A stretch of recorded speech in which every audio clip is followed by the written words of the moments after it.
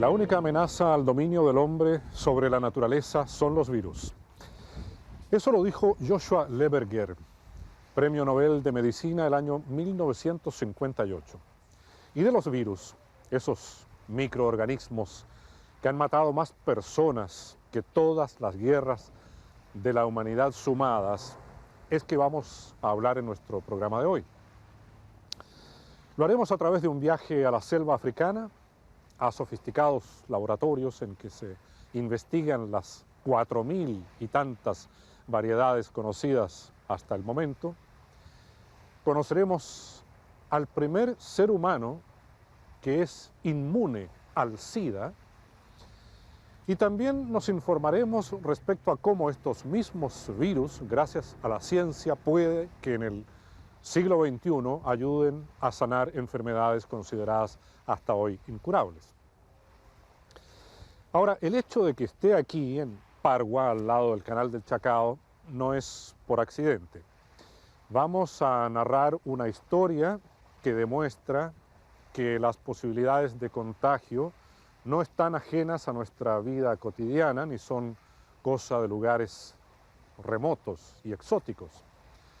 Es una historia de dos muchachas, Paula y Daniela, que vienen junto a un tercer estudiante a pasar sus vacaciones el año pasado a la isla de Chiloé, sin imaginarse que lo que prometía ser una excursión típica de mochileros terminaría por transformarse en una de las experiencias más angustiosas de sus vidas. Sergio era súper especial. Él era muy apasionado por lo que hacía. Él estudiaba bioquímica y siempre estaba en torno a eso, nos explicaba todo, era muy animoso en eso. Súper bueno para la chacota, nosotros tres éramos así. Lo único que hacíamos era chacotear. Entonces en ese chacoteo se nos ocurrió venir acá a Chiloé, fue como un tiro al aire. Pero en general Sergio en la ciudad o con sus amigos en la casa era súper callado. No tímido, pero era como bastante reservado. Lo más loco era que Sergio y la Dani eran los más duros, eran los que tenían más experiencia en el mochileo, eran los que tenían la salud más de hierro. Sergio era súper sano, él había estado en condiciones extremas, con mucho frío y nunca le había pasado nada. Yo estaba segura que si alguien se podría enfermar, iba a ser yo. Pero bueno. Fue en esta hospedería que los tres jóvenes pasaron su primera noche aquí en Ancud. La excursión se estaba iniciando y nada les hacía sospechar que un misterioso virus transformaría este alegre paseo en una verdadera pesadilla. Pero vamos a dejar esta historia hasta aquí, por el momento, para viajar al corazón de África, a Zaire, donde un virus de la misma familia del que atacaría a este joven, de los que los científicos llaman agentes calientes, porque se propagan fácilmente, matan suavemente y no existe contra ellos vacuna ni tratamiento, ha causado estragos. Oh, maître de son, élégance viva Fagna, 97, En el centro de África, un país en permanente convulsión que transita entre la desgracia humana y la alegría espontánea de la raza negra. Las disputas étnicas y las guerras civiles lo han transformado en un pueblo pobre y desconfiado. En el pasado fue explotado por el colonialismo europeo y luego cayó en las manos codiciosas del tirano que supuestamente los liberaba. Ya ni siquiera conserva el mismo nombre. Se llamaba Zaire y hoy es la República Democrática del Congo. Es difícil entender su historia, su cultura. Pareciera que esta gente ha aprendido a vivir así, sufriendo y riendo, sin importar qué nueva tragedia les traerá el destino.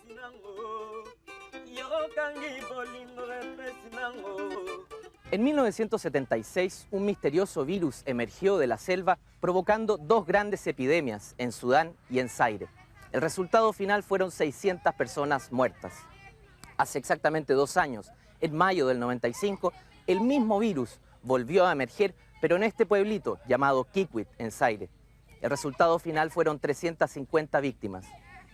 Según los entendidos, el virus del ébola provoca en 10 días el mismo daño que el virus del SIDA se tarda en realizar en un lapso de 10 años.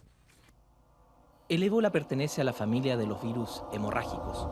En pocos días, los órganos se transforman en una masa de células descompuestas y el paciente sufre sangramientos internos que salen por todos los orificios del cuerpo. Se llama así por el río Ébola en Zaire, donde apareció por primera vez en 1976. Esta enfermedad no tiene cura ni tratamiento. Entre el 50 y el 90% de los pacientes mueren. Pues era un niñito de unos que debería tener 3 o 4 años, no tenía más. Y salió por la mañana de casa y se quedó sentado delante de la puerta, ya conocéis estas casas de por aquí. Y los vecinos preguntaron al niño, oye, ¿qué te pasa? ¿Que no tienes el padre y la madre no se han levantado aún? Dice, no se han levantado, aún duermen. Y claro, los vecinos, viendo que el chico se quedaba siempre ahí a la puerta, le dijeron, pues vete a despertar a los papás. Dice, no, están durmiendo. Le dieron un bastón y le dijeron, entra en casa y golpea al padre y a la madre para que se despiertan. El chico entró, los golpeó, supongo, y al salir dice, no, aún duermen. Y entonces, claro, los vecinos ya dijeron lo que pasó, ya vieron lo que pasaba. Dieron orden de que en esta casa seguro que habían muertos, pero empezaron a echar piedras al pequeño. Que se fuera de allí, que no querían verle más, porque él les traería la enfermedad al barrio. Y empezaron el chico, pobre chico, corriendo por las calles, llorando, llamando a la mamá y al papá, hasta que llegó al hospital y allí se instaló, ahí en el hospital, y ahí estuvo todo el tiempo. La gente le daba comida, cuando llevábamos comida al hospital, pues ya había una ración para el pequeño, y se paseaba por todos los sitios hablando con todos, y fue el chico del ébola, le decían, la mascota del ébola. El chico fue la mascota de una epidemia que comenzó sin que nadie supiera jamás de dónde había venido. Todo comenzó la primera semana de abril de 1995, cuando un paciente llegó gravemente enfermo de una localidad cercana. En el Hospital General de Kikwit, el doctor de turno decidió operarlo, creyendo que se trataba de un caso avanzado de fiebre tifoidea.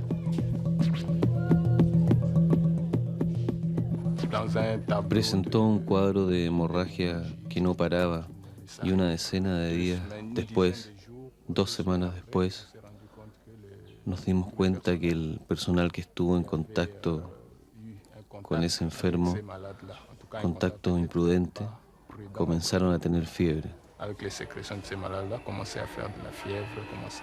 Comenzaban a manifestar síntomas.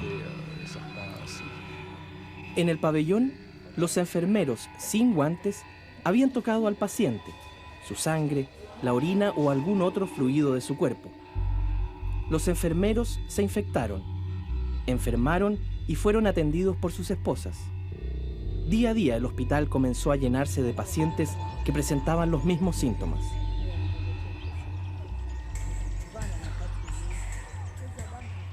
Tuvo fiebre alta, diarrea constante, falta de apetito y los ojos los tenía rojos. Así fue. Yo también tenía miedo. En poco más de una semana, esta mujer perdió a su marido y quedó sola a cargo de 6 hijos. Fuera del hospital, en el pueblo, la gente estaba espantada. La falta de información y el miedo hicieron que la imaginación volara y el pánico se apoderó de Kikwit. A esas alturas corría el rumor de que la enfermedad se transmitía por contacto directo. En la calle, la gente no se saludaba porque no querían estrecharse la mano. El padre Javier Zavala vive desde el año 68 en Kikwit. Al ver lo que ocurría en las calles, decidió salir y captar estas imágenes como un testimonio de lo que sufría la comunidad. Estas escenas de horror dieron la vuelta al mundo, mostrando la pesadilla por la que atravesaban los habitantes de Kikwit. Yo la imagen que guardo más grabada es la de los entierros. Veíamos a los enfermeros de la Cruz Roja salir del hospital y a pie recorrían estos 200 o 300 metros que hay hasta el cementerio de la catedral, totalmente cubiertos de arriba abajo con trajes especiales, escafandras y tal, como auténticos extraterrestres, y transportando estas camillas con los cadáveres hasta el hospital. Y esa imagen sí la tengo grabada.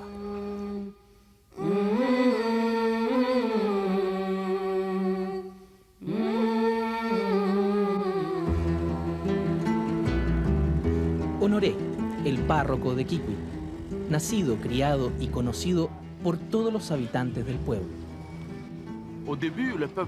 Al principio, la opinión del pueblo era que se trataba de una enfermedad que provenía de los enfermeros, del personal del hospital. E incluso los auxiliares que iban a los barrios a buscar a los enfermos a sus casas eran objeto de injurias. Algunas veces los apedreaban y recibían todo tipo de amenazas. Decían que eran ellos los que habían llevado la enfermedad a sus barrios. Fue una reacción de mucho desorden y no sabían de dónde iba, de dónde venía todo eso.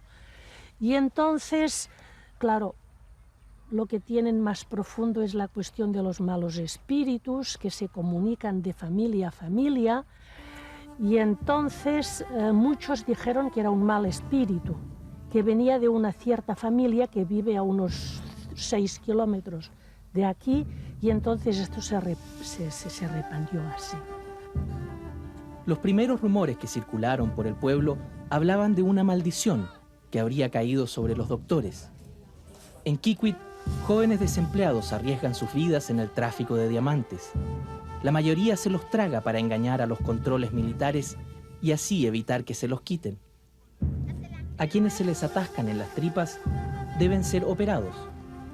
La versión popular entonces decía que esta misteriosa enfermedad era una maldición que habría caído sobre el personal médico como una venganza por haberse quedado con un diamante de uno de estos pacientes mientras lo operaban. Por eso, la gente no creyó en las explicaciones médicas. Se advirtió que para esta enfermedad no hay ningún tipo de medicina ni tratamiento. Por eso, la gente buscó en el conocimiento ancestral, por ejemplo, en esta planta llamada mupeshi peshi, usada desde siglos para curar dolores de estómago y de espalda. Las explicaciones populares dieron para todo. Incluso se llegó a rumorear que el entonces presidente del Zaire, Mobutu Sese Seko, habría mandado a envenenar el agua potable de Kikwit y contaminar los alimentos que llegaban de la capital para deshacerse de la población.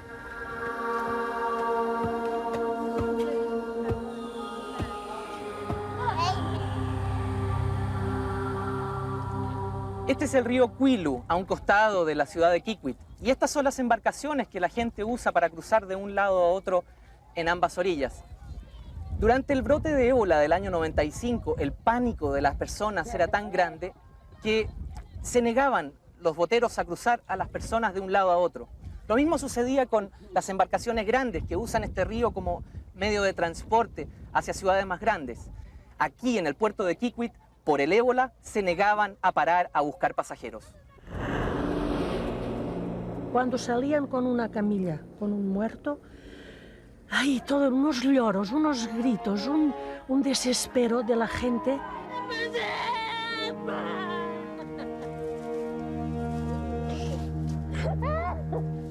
pero claro, sin poder ni ver al muerto, ni acercarse, ni nada. Pues para esto, para el pueblo zaireño es terrible, porque tienen una veneración a los muertos extraordinaria. La costumbre popular dice que al muerto hay que cortarle las uñas y el pelo para guardarlos como recuerdo. El problema es que esta enfermedad es más contagiosa cuando el cuerpo ha fallecido, porque en ese momento necesita encontrar otro organismo viviente donde alojarse para sobrevivir. Fue la costumbre entonces la que facilitó que la enfermedad se propagara fácilmente. A unos 350 kilómetros al este se encuentra la capital, Kinshasa, donde hasta ese momento nadie se había enterado de lo que estaba sucediendo en Kikwit. En el Instituto Nacional de Investigación Biomédica trabaja el doctor y virólogo Jean-Jacques Muyembe. El doctor Muyembe se hizo mundialmente conocido porque fue él quien atendió al primer paciente que contrajo esta enfermedad cuando apareció por primera vez en 1976. Con él se contactaron los médicos de Kikwit para pedir el primer auxilio y un diagnóstico. No era una diarrea bacteriana, se debía a algo más complicado que eso. Entonces, después de discusiones, 3 días después, di el diagnóstico de fiebre hemorrágica. Entonces sacamos una muestra de sangre y vimos eso con el CDC en los Estados Unidos. Y allá se confirmó el diagnóstico de fiebre hemorrágica por el virus del ébola.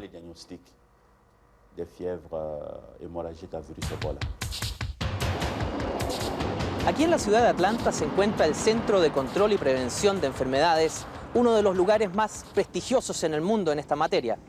A mis espaldas, los laboratorios de alta tecnología, en los cuales los científicos trabajan investigando los virus más peligrosos del mundo. Encapsulados en sus trajes de astronautas y alimentados por mangueras de oxígeno, los investigadores de estos laboratorios de nivel 4, los de más alta seguridad en el mundo, analizaron las muestras enviadas por el doctor Muyembe. Era el ébola, el mismo antiguo y temido enemigo que había mostrado sus garras en 1976 y luego desaparecido misteriosamente. El doctor Pierre Rolland lo conocía porque convivía con él en el laboratorio. Sabía de su ferocidad y de sus consecuencias para los humanos. Cuando llegó el llamado de auxilio desde Kikwit, se ofreció como voluntario. Rolland sabía que había que actuar rápido para evitar que el ébola siguiera matando a más personas.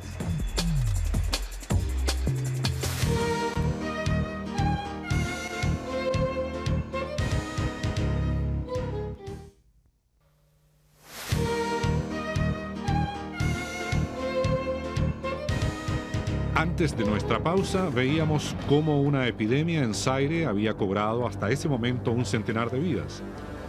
Aquí, en los laboratorios del Centro de Detección de Enfermedades de la ciudad de Atlanta, en los Estados Unidos, un urgente llamado telefónico llegó desde un pequeño poblado africano llamado Kikwit pidiendo auxilio.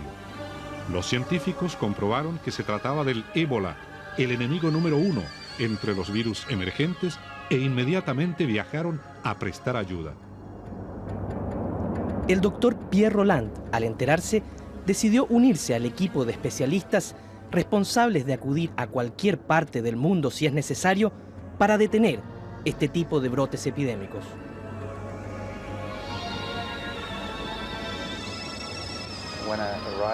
Cuando llegué a Kikwit, el hospital estaba casi vacío. Solo había pacientes con ébola y un poco de personal médico. Muchos de ellos habían muerto. 60 personas del personal médico murieron y los otros estaban demasiado asustados para venir al hospital. Muchos familiares de los pacientes que acostumbran a estar alrededor del hospital simplemente se habían ido. Así es que era un hospital bastante silencioso, demasiado tranquilo para ser honesto. Scott Dowell llegó a Kikwit unos días antes que Pierre. Fue el primer científico del CDC en pisar suelo zaireño. Él se encontraba hace pocos meses sirviendo como oficial, sabía hablar francés y se ofreció como voluntario para unirse al grupo internacional de ayuda. Recuerdo que una monja belga me fue a buscar en un jeep y me llevó hasta el lugar donde se encontraba el equipo trabajando. No fue sino hasta el día siguiente, cuando fui al hospital, en el que había pacientes con ébola muriendo, donde le pude sentir un poco de gusto al miedo y la verdadera preocupación que la gente tenía por el ébola. Estaba oscuro y muy caluroso. Fue una experiencia increíble, fue muy espantoso y los pacientes estaban en muy malas condiciones. El hospital quedó vacío, completamente aislado, completamente cercado. Nadie podía llegar ahí, solamente los enfermeros y las enfermeras. Un médico que fue heroico dijo: todos huyen, yo no huyo. Yo quiero quedarme aquí a cuidar a mis hermanos. Y no, no cogió la enfermedad, aún está ahí en el hospital. Fue el doctor Adu Waka quien aceptó esa responsabilidad. Para ello, debió aislarse y permanecer en cuarentena, arriesgando con ello su vida.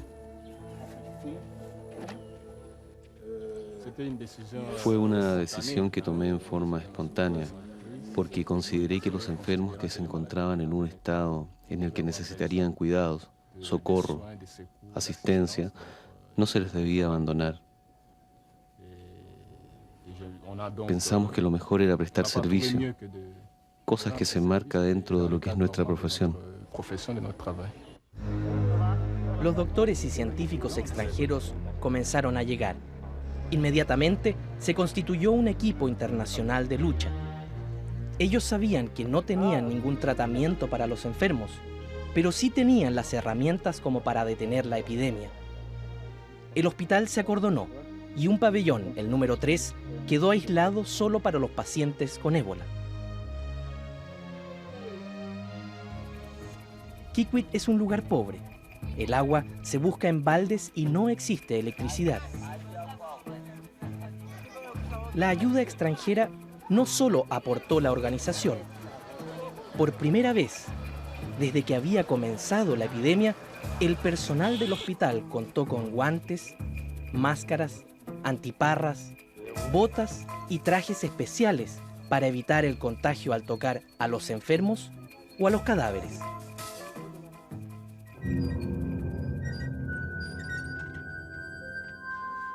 Aniset Kipasa, enfermero del hospital, fue otro de los voluntarios que permaneció durante toda la epidemia dentro del pabellón de aislamiento. Contó haber experimentado durante esos meses los momentos más horrorizantes de su vida.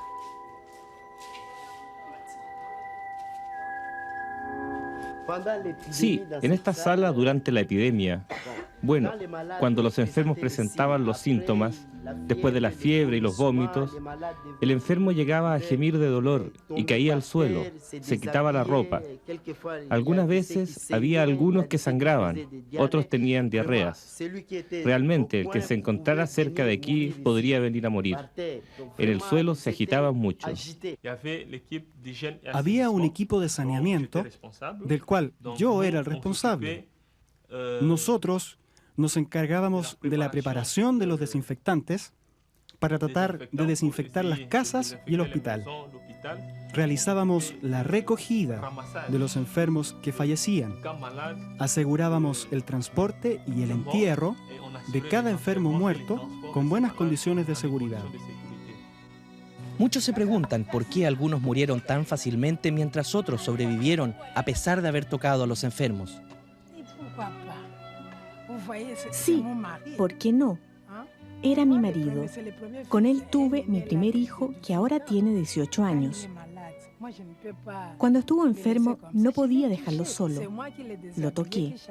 Yo era quien lo desvestía. Pero yo no quería que nos separaran. Queríamos permanecer juntos. Queríamos ver cómo íbamos a morir juntos. Esta mujer ni siquiera se infectó con el virus.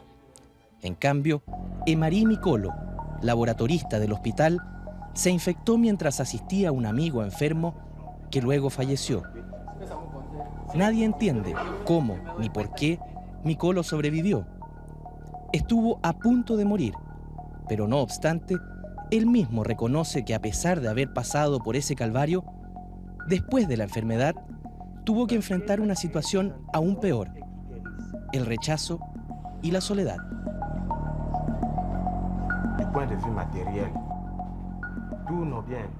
Desde el punto de vista material, todas nuestras pertenencias, incluso nuestras casas, fueron quemadas para evitar la transmisión de la epidemia. Hasta las ropas que tengo ahora me las dieron personas de buena voluntad. No hemos recibido ninguna ayuda, por lo que me siento moralmente deprimido. Cuando salí a buscar casa fue un problema, porque nadie quería alojarnos. Nadie quería tener a alguien que había sufrido el ébola en sus casas, ni siquiera como arrendatarios. El ébola nos quitó a nuestros seres más queridos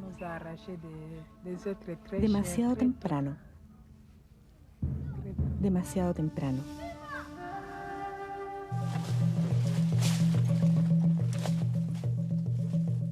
Este es el lugar donde supuestamente habría estado trabajando el primer caso de ébola que llegó a Kikwit y que luego fue el causante de la epidemia. Es por eso que los investigadores extranjeros volvieron a este lugar para hacer todo tipo de investigaciones y buscar muestras para descubrir dónde está el huésped del ébola. Cientos de insectos, ratones, incluso raíces de plantas sirvieron como muestras. Sin embargo, después de 3 meses de trabajo, el huésped del ébola aún sigue siendo un misterio para la ciencia. No sabemos dónde está el reservorio, de dónde viene el virus, cómo tratarlo. No sabemos, incluso cuando tomamos tantas precauciones, usando todas estas cosas. Quizás ni siquiera necesitamos usar todo eso. No lo sabemos todavía. Hay un montón de dudas. El ébola infectó a 315 personas, de las cuales un 77% murió. Zaire es hoy la República Democrática del Congo y el dictador Mobutu fue derrocado. Hoy solo hay incertidumbre. La guerra interna agudizó aún más la miseria, la corrupción y la lucha por la sobrevivencia, volviendo a dejar las cosas en el mismo punto de partida. Pues no sé qué decirte. Empezó sin que nos diésemos cuenta y puede volver a empezar de la misma forma, porque las condiciones en las que vivimos en aquel momento, en la ciudad de Kikwit, en los alrededores, en el hospital, pues no han cambiado mucho.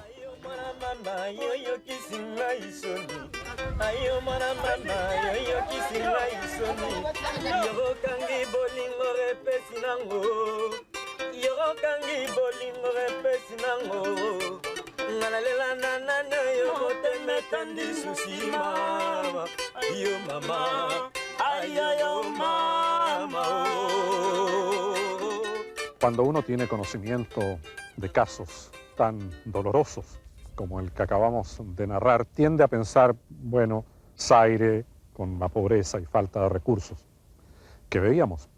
Pero cuidado, porque hoy ni las naciones más desarrolladas están a salvo de lo que significan los virus emergentes. Sin ir más lejos, en el año 1990, en el sudoeste de los Estados Unidos, una variedad de la familia de los virus hemorrágicos, vale decir, emparentado con el ébola que acabamos de presenciar, llamado hantavirus, causó una epidemia con más de una docena de muertos. Y de esa misma familia, pero en una variedad sudamericana, es el virus que en cierto modo protagoniza esta historia que empezamos a contarle al comienzo del programa, de los 3 mochileros, Paula, Daniela y Sergio, que llegaron a la isla de Chiloé. Al día siguiente vinieron a este lugar, Chepu, que se llama así porque esta es la desembocadura del río Chepu. Pernoctaron aquí y al día siguiente cruzaron al otro lado del río para iniciar una caminata a través de los bosques hacia el sur. Y fue en ese momento que Sergio empezó a sentir los primeros síntomas de un malestar atribuible al comienzo de una gripe. Bueno, en la noche empezó a llover, llovió bastante, y se nos mojó la carpa, los sacos. El saco de Sergio era el que estaba más mojado. Y al otro día partimos. Y bueno, pensábamos que estaba resfriado por la mojada en realidad. Bueno, cuando llegamos a la cabaña, Sergio ya se sentía mal. Y sí, pasaron los días, 2 días, y seguía sintiéndose mal y peor. Nosotros no teníamos remedio, no teníamos nada.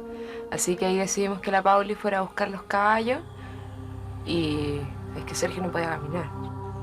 Las jóvenes consiguieron que un lugareño les prestara un caballo para llevar a Sergio hasta la carretera y desde allí, a dedo, llevarlo hasta el hospital de Castro. Como usted intuye perfectamente, lo que tenía el joven era un virus, el Hanta. Pero vamos a dejar el desenlace de la historia para más adelante, porque debemos enterarnos de cómo llegó a Chile este virus, que en la Argentina ha matado ya decenas de personas y causó el aislamiento completo de toda una comunidad.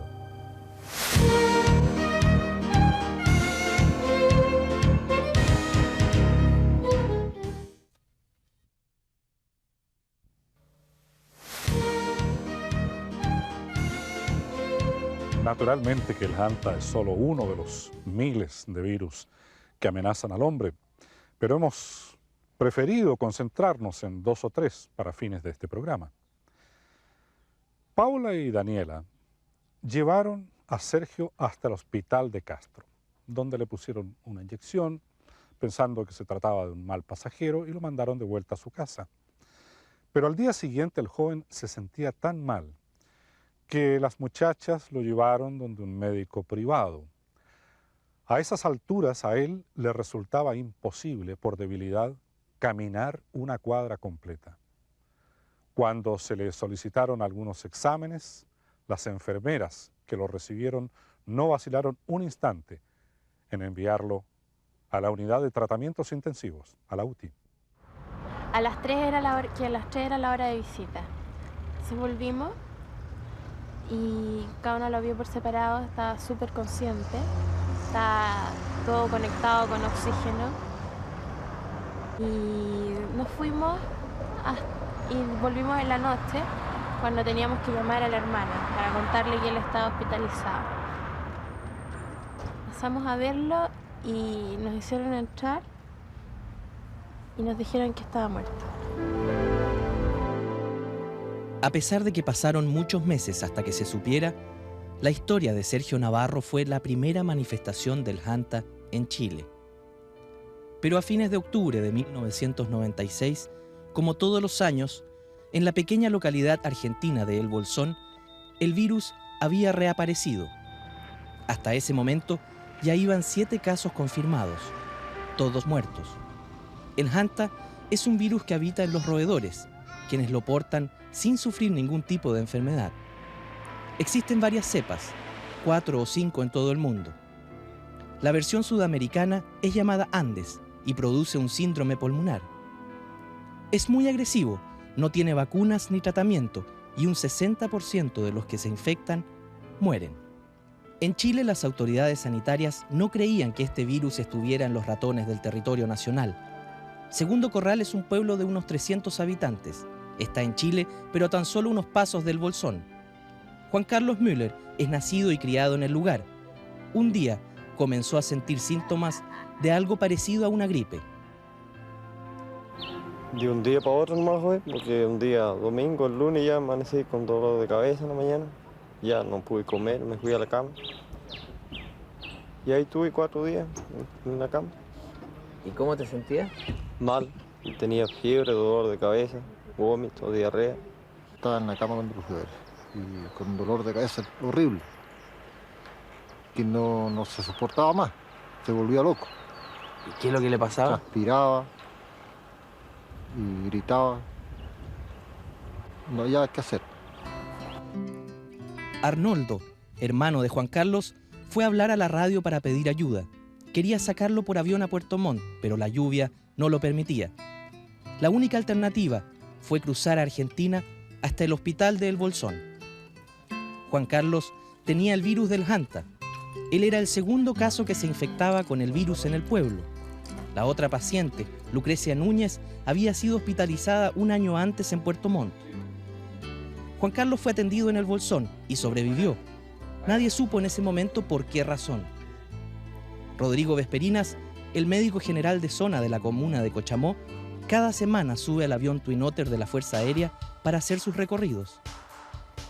A diferencia de lo que decían las autoridades, para él, la presencia del virus Hanta estaba lejos de ser un problema menor o algo focalizado a la zona cordillerana limítrofe. En Segundo Corral, las autoridades sanitarias de la 9ª región habían comenzado una campaña de educación y prevención hacia la comunidad. En el mes de junio, antes de que se supiera del brote en Argentina, se habían tomado 67 muestras de sangre de los pobladores para poder analizar si los habitantes de la zona habían tenido contacto anterior con el virus.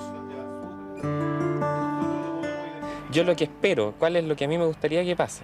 Que completemos este estudio, que sepamos los resultados, ¿ya? Tanto en seres humanos, tanto en roedores. Lo que yo pienso, cuál es mi presunción como científica al respecto, es justamente que hay inmunidad adquirida, que la gente en estos sectores ha tenido contacto desde hace muchos años con este virus. El problema era que hasta esa fecha aún no se sabía de los resultados de ese estudio. Esa incertidumbre y el aislamiento de sus pacientes ante una eventual explosión epidémica de Hanta llevaron al joven doctor Vesperinas a decidir cruzar hacia Argentina para ver y aprender qué se estaba haciendo al otro lado con esta enfermedad.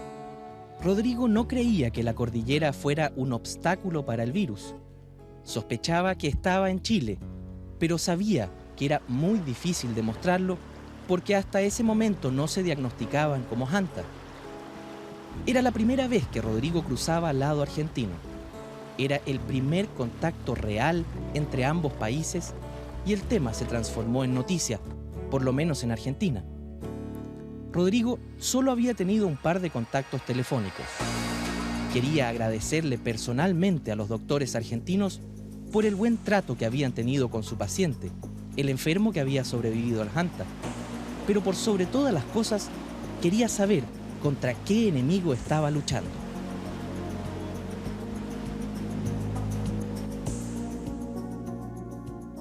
Oficialmente reconocido, el Hanta existe en Argentina desde fines del 94. Todos los años aparece y hasta ahora han fallecido 49 personas por esta enfermedad. Este último brote tuvo su punto de partida en esta casa del pueblo El Bolsón. Aquí vivía la familia Nasif. Rogelio Nasif fue el primer caso que falleció en 48 horas. Días más tarde, su madre también muere en la ambulancia que la lleva al hospital. Al poco tiempo, la empleada de la casa también fallece en Buenos Aires. Casi durante los mismos días, muere el doctor Roberto Martín.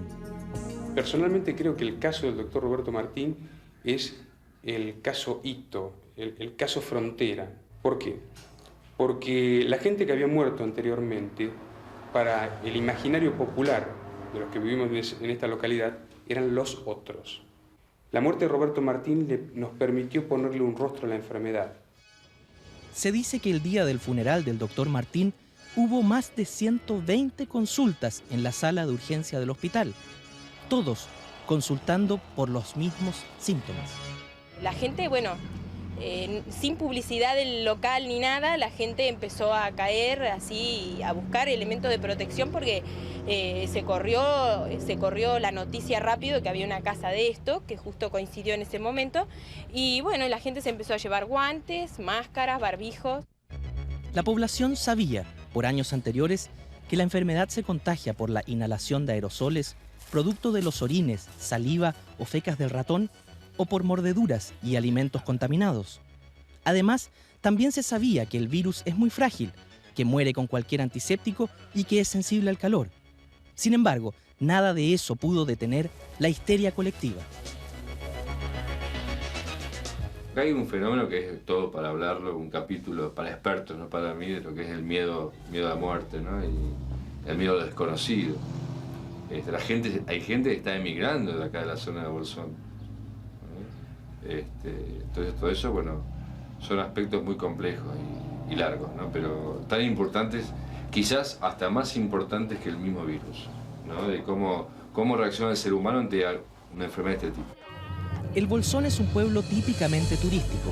Aquí vienen cada año miles de estudiantes y veraneantes que en esta oportunidad se arrepintieron. Las reservas de hoteles se cancelaron en un 80%. El efecto ha sido devastador para el Bolsón, ya que la gente de fuera del Bolsón ha impuesto como una especie de barrera para nuestros productos. La gente tiene miedo de consumir los productos, así que hemos puesto énfasis en que, primero, que no se contagie a través de ningún producto manufacturado y, por supuesto, en verduras crudas ni nada. El miedo que produjo esto, el pánico irracional, es indescriptible. Por ejemplo, hubo las elecciones de los políticos hace el año 95, el año pasado, las urnas donde meten los votos del Bolsón van a la capital de la provincia y las agarraban con guantes, ¿no? Autoridades públicas, no gente ignorante. Independientemente de los efectos sociales que ha tenido este virus en los poblados argentinos, el Hanta ha sido declarado una endemia, es decir, una enfermedad que por razones ecológicas o históricas pertenece a ese lugar y seguirá estando ahí por siempre. Hay mensajes muy difíciles a dar a la población, por ejemplo, que hay que acostumbrarse a convivir con el virus, lo cual no es fácil de digerir, ¿no? Todos queremos combatirlo y alejarlo, obviamente, esa es nuestra tarea. Pero ojo, ¿no? No vamos a poder eliminar a ninguna rata, es imposible. Hay mucho más que seres humanos. Entonces lo que hay que hacer es tratar de separarnos y decir, bueno, ustedes vivan allá, no los molestamos, nosotros vivimos acá, no nos molesta, ustedes coman eso, nosotros comemos esto. Ahora, hoy en día pareciera que la conciencia humana en eso estamos muy flojos. El doctor Rodrigo Vesperina volvió a Segundo Corral con la firme convicción de luchar para que se investigue en Chile acerca de la realidad de este virus. Con el correr de los meses, las ideas que Rodrigo había planteado antes del viaje se fueron confirmando. Hasta fines de febrero se sumaban 7 casos en total de enfermos con Hanta, 3 de los cuales habían fallecido. Los resultados de las muestras de sangre de los pobladores de Segundo Corral por fin llegaron, y tal como lo había planteado el joven jefe zonal de la comuna de Cochamó, los habitantes del lugar tienen una inmunidad adquirida para este virus. La presencia del virus Hanta en Chile no hace más que confirmar el hecho de que la lucha del hombre por tratar de controlar el mundo y a las enfermedades infecciosas es un camino que recién está comenzando.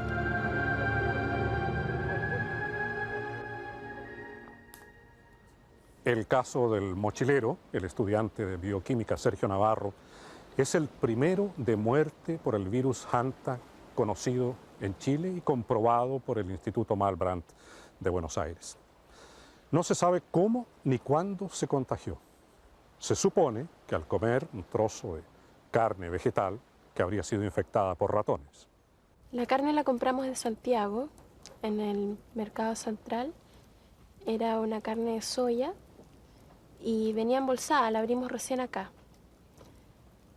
Por eso yo no creo que haya sido la carne. Ahora, el único momento en que se podría haber infectado, por decirlo de alguna forma, fue cuando nosotros salimos y se quedó remojando. Pero de ser así, nos habríamos enfermado los 3. Bueno, en realidad se ha dicho mucho. Se dijo que hasta nosotros estuvimos en Argentina, cosa que no fue cierto. No se sabe dónde fue porque tiene 40 días de incubación esto, entonces puede haber sido aquí como en la quebrada de la G. Después de este caso de virus Hanta que estamos narrando, se han presentado otros en el país, pero naturalmente estamos muy lejos de un brote epidémico o cosa por el estilo. Lo que sí ha servido para que se realicen reuniones con presencia de expertos internacionales y se prepare ya el montaje de un laboratorio con los implementos necesarios para realizar aquí en el país los exámenes pertinentes. Vamos a ir ahora a una pausa para volver con 2 temas que llaman la atención. Uno es cómo es posible que a futuro se utilice a algunos de estos mismos virus para mejorar pacientes de enfermedades hasta hoy consideradas incurables. Y por otra parte, para conocer el primer hombre conocido inmune al virus del SIDA.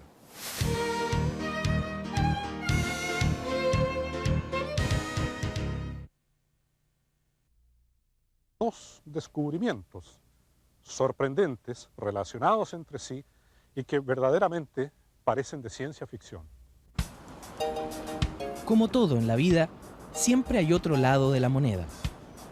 En el Centro Médico Cornell, en la ciudad de Nueva York, el doctor Ronald Crystal trabaja con virus, solo que con la mágica diferencia de que él está tratando de usarlos para salvar vidas. El doctor Crystal y su equipo de colaboradores es uno de los líderes en el mundo en una nueva y revolucionaria metodología llamada terapia génica. Los virus son vistos comúnmente como los tipos malos y uno trata de suprimirlos y liberarse de ellos. Lo que nosotros estamos haciendo es tomar a los tipos malos y transformarlos en tipos buenos. El virus puede penetrar la célula. Ese es su potencial más valioso. Por tanto, lo que el doctor Crystal hace es colocar un gen que funcione bien en células que tienen un gen que funciona mal.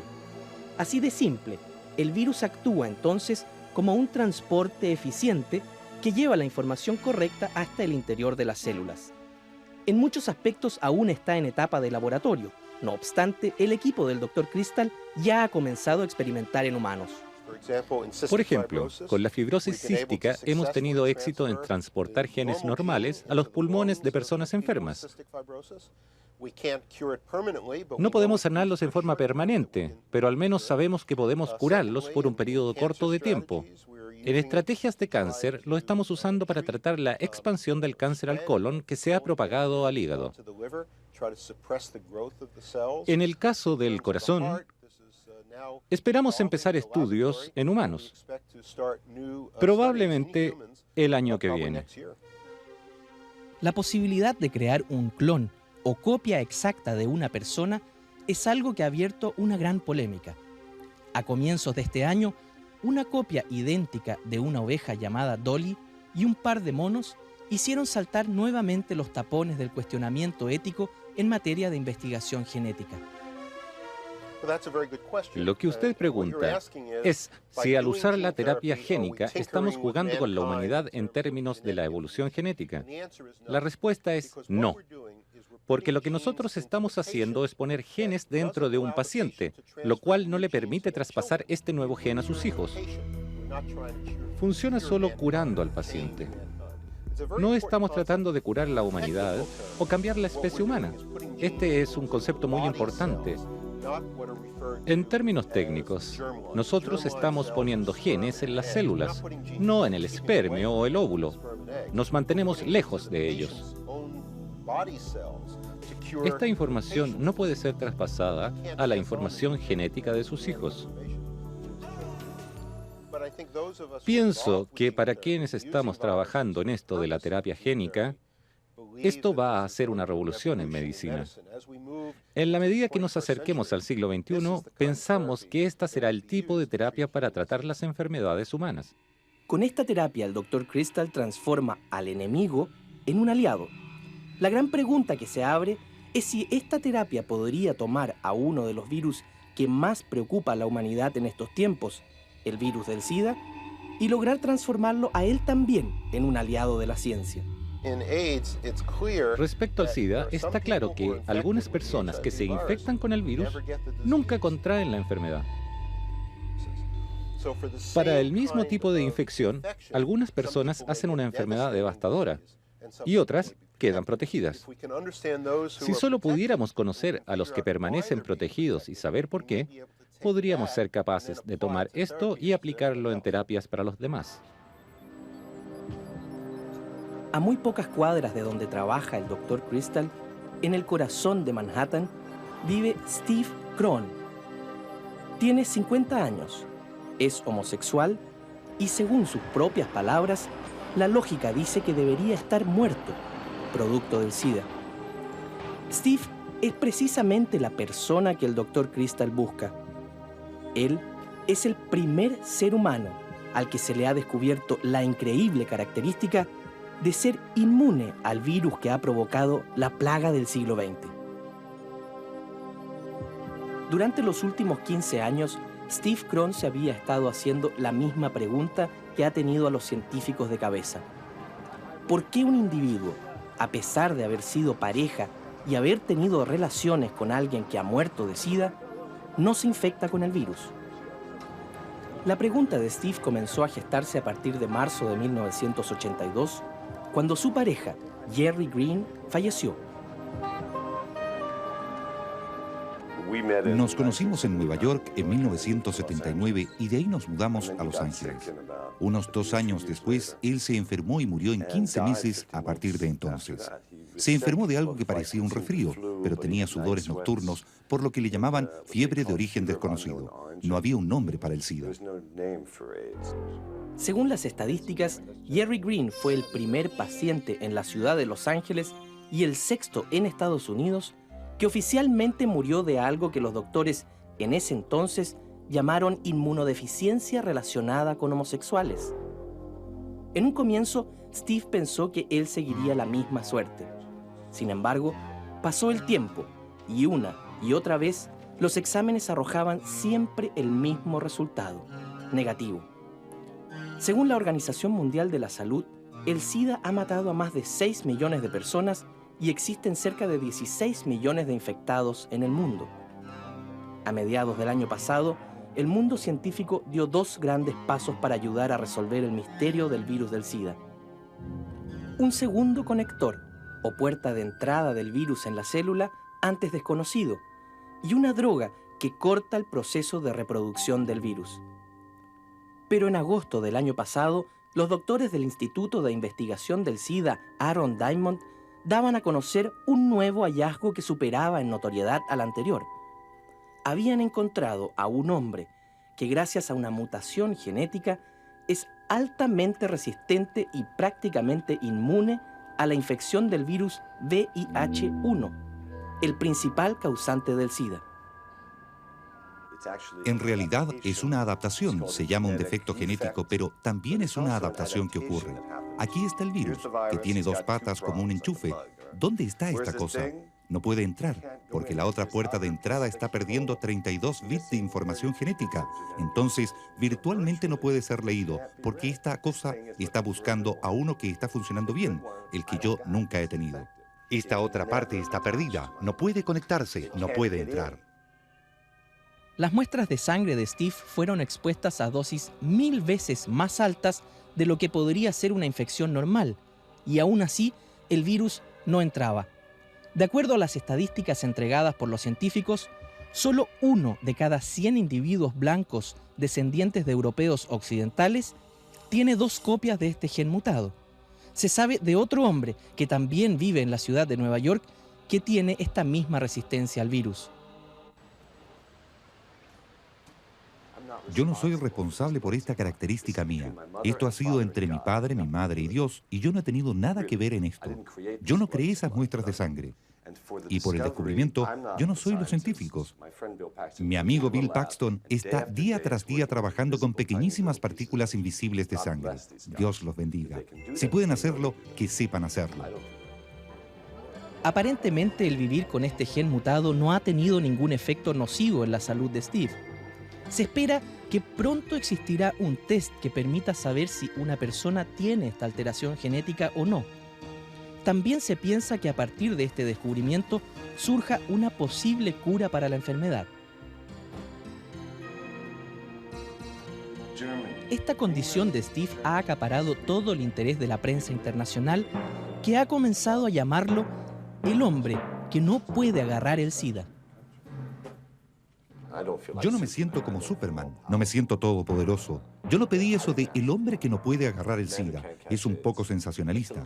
Yo no quisiera que alguien de 12 o 13 años, niños que están comenzando a experimentar las maravillas de su naturaleza sexual, puedan llegar a pensar, si este tipo no tiene el gen, entonces tal vez yo tampoco. No tendré que usar un condón esta noche cuando haga el amor con mi polola. Ella puede quedar embarazada y él se pone a sí mismo en peligro. ¿Por qué? Si no tenemos que morir, ¿por qué morir?